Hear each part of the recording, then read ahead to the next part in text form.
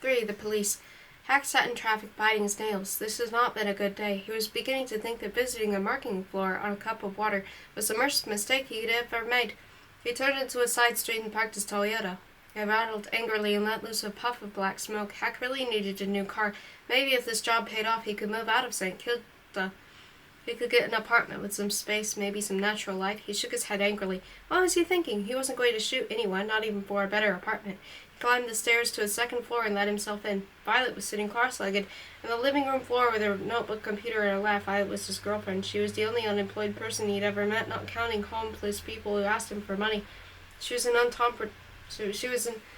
entrepreneur. Violet was probably going to be rich one day. She was smart and determined. Sometimes Hack wasn't sure they were together. He dropped his briefcase and shrugged off his jacket. The table was littered with bills. Hack hadn't bargained very well in his last performance evaluation. It was really biting him now. Violet, can we talk? Is it important? Yes. She frowned. Hack waited. Violet didn't like being disturbed during her work. She didn't like being disturbed at all. She was short and thin, had long brown hair which made her look more fragile than she was. What's up? He sat on the sofa. I did something stupid. Oh, Hack, not again. Hack had missed a couple of turnoffs on the way home lately. Last Tuesday he'd gotten himself into a premium road and eaten through $11 in tolls before he found an exit. Oh, something really stupid. What happened? Well, I got offered some marketing work. That's great. We could really use the extra money, and I signed a contract without reading it. Pause. Oh, Violet said. Well, it might be okay. It says I have to kill people. It's some kind of promotional campaign. I have to, kill 10 people. For a moment she said nothing. He hoped she wasn't going to shout at him. I'd better look at the contract. He dropped his head. You don't have a copy? No. Oh, Hack. I'm sorry. Violet chewed her lip. Well, you can't go through with it. The government's not as people think. They get you for sure, but then you don't know what the penalties in that contract are. I think you should go to the police. Really?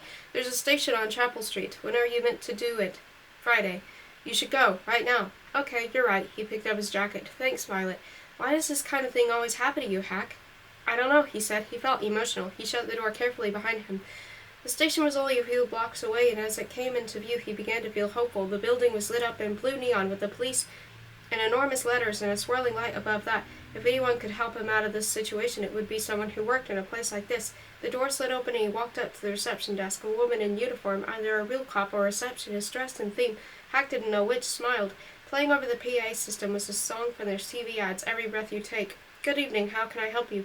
I have a matter I'd like to discuss with an officer, please. May I ask the nature of your problem? He said. I've been contracted to kill someone. Some people, actually. The receptionist's eyebrows rose a fraction, then settled. Hack felt relieved. He didn't want to be chastised by the receptionist. Take a seat, sir. An officer will be right with you. Hack dropped onto a soft blue chair and waited. A few minutes later, a cop came out and stooped in front of him.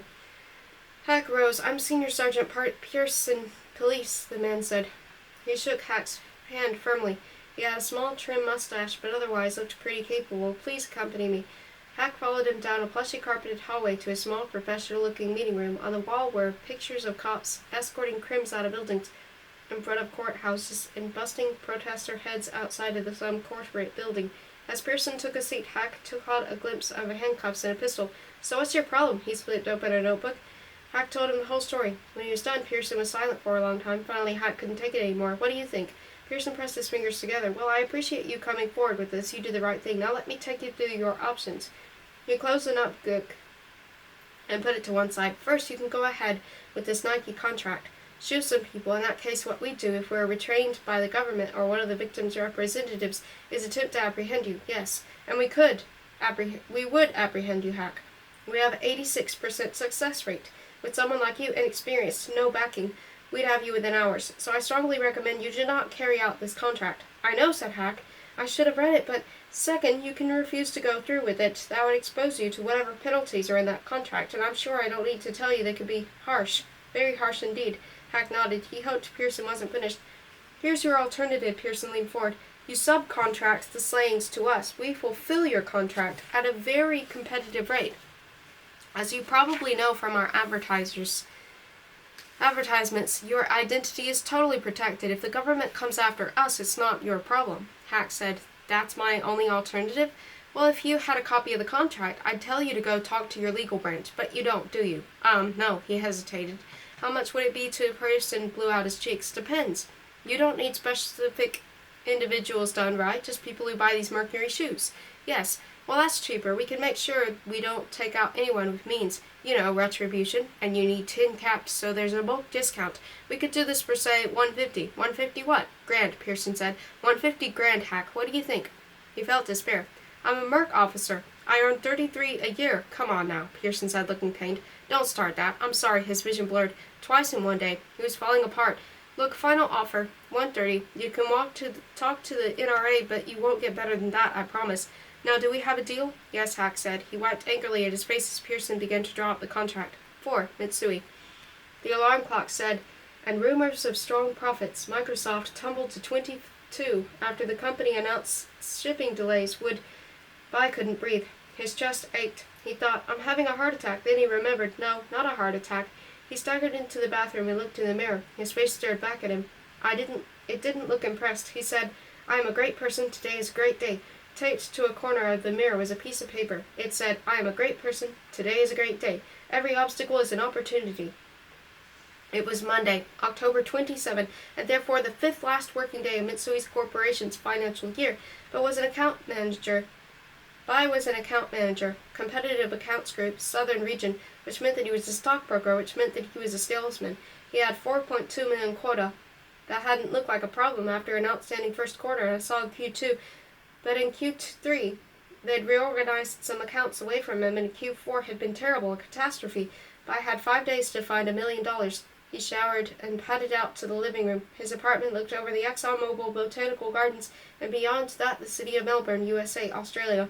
It was a little after 6 and the office towers were flaring orange in the dawn sun. The sky was a solid blue expanse. Bai stopped seeing it in Q3. He ate toast and washed it down with juice. He dressed and caught the elevator to the parking lot where his Jeep was waiting for him. Jeeps were one of the safest vehicles on the road, Bai had read. Safe for people in the Jeep anyway. He roared out onto the street. The cheap roads were clogged and even at 6:30, but he was only 4 blocks from a premium Betchel freeway, and that was 8 lanes. $2 a mile and no speed limit. He sped past office buildings and factories with the needle on 95 miles per hour. He pulled into the Mitsui parking lot and caught the elevator to the 6th floor cube farm. Brokers didn't get proper offices or even walls above shoulder height, and at least not in competitive accounts. In the first year here, Bai had been grateful for that because it was so easy to turn a coworker for help. Now it annoyed him for the same reason. Hamish, who ran the night shift from Bai's desk, was pulling off his headphones. Hey, Bai. Hey. Hamish looked relaxed and happy. Bai felt a flash of jealousy. How's the market? Even jumpier than you? Take it easy, buddy. You'll get there. Yeah, I know. He tried to sound sincere. Hamish patted him on the back and left for what was no doubt a day of lying on the sofa watching football or activities equally casual and stress-free. Hamish had made a quota 6 weeks ago, and Bai was finding it harder and harder not to hate him. Bai slid into the seat, plugged in his telephone headset, and dialed. Taped to his cubicle wall was a note he'd written in Q1. Success equals 500 calls per day. He stared at it while his client's phone rang. Bai was starting to think that success was a big crapshoot. In France, he wouldn't be in a position like this. Of course, in France, he wouldn't have received last year's paycheck of $347,000 either. That was why he left. The European Union was a socialist Morris, with taxes and unemployment and public everything. Until recently, Bai had thought that moving to USA country was the best move he'd ever made, with the possible exception of changing his name from Jean-Paul. You've reached Michael Microsoft, Project Manager Business Solutions Division. Leave a message and I'll get back to you. Bai started rambling about market indicators, pointing to increasing volatility, clicking through his email at the same time. There was a message from a friend who now worked for U.S. Alliance, one of the big customer loyalty programs. Bai, a priest and a stockbroker meet at the pearly gates. St. Peter gives the broker a golden harp and silk robes and lets him into heaven. Then he gives the priest a rusty trumpet and some old rags. The priest says, hey, how come the stockbroker gets the harp and the robes? The St. Peter says, because while you preached, people slept, but his clients, now they prayed. Sammy. P.S. We just passed 200 million subscribers at U.S. Alliance and are about to sign the NRA. Still hush hush, but I guess that's not as exciting as making money trades for Mitsui, huh? Bai looked at his watch. It was noon in L.A. He hung up on Michael Microsoft's voicemail and dialed. Sammy UA. Are you serious about NRA? Bai, how are you doing? You don't want to know. Yeah, I'm very serious. You have no idea how fast things are moving here. You know what will happen to NRA's stock price if they sign with U.S. Alliance. Gee, I don't know, Bai. I'm not a stockbroker anymore. He felt a rush of gratitude. Thank you, Sammy. Wait, you can't use this information. It's company confidential. Bai paused. Are you? Come on, Sammy said. You don't have to say that. You had a rough year, right? Maybe things will turn around for you. He hung up. For a second, Bai felt paralyzed. There were too many things he needed to do at once. 15 years ago, this would have been insider trading, but that quaint concept had disappeared a decade or two ago when so many brokers were doing it that it was impossible to jail them all. Now it was called smart trading. He talked to the phone under his ear, hit speed dial 1, and started typing out an email. Jason Mutual Unity. Bai said, I'm calling because you're my best client. I have some information that's going to make a lot of people a lot of money, and I want you to be one of them. At the same time, he tapped out, if you want to ride a wave, call me right now. He dragged his entire client list into the address field and hit send. Bai, I just stepped out of the shower. Tell me you've got liquid. What am I, a day trader? Which company? National Rifle Association, the NRA? Are they even listed? Jason, Bai said, everyone's listed. I don't know. I'd have to sell out another position. Look, I'll tell you what, leave it with me. There's no time. You know how this works. The first fish to take a bite will stir up the sharks. I'm sorry, Bai. We don't operate like this. He heard himself say, I'll forfeit the commission. What? If the stock doesn't rise, I'll eat the commission. He swallowed.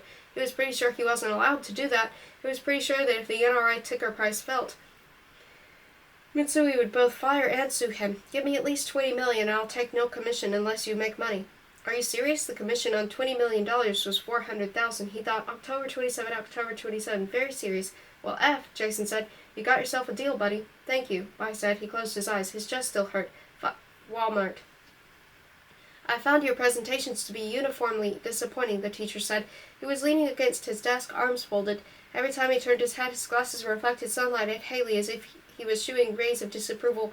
I recommend that all you improve the level of your critical thinking.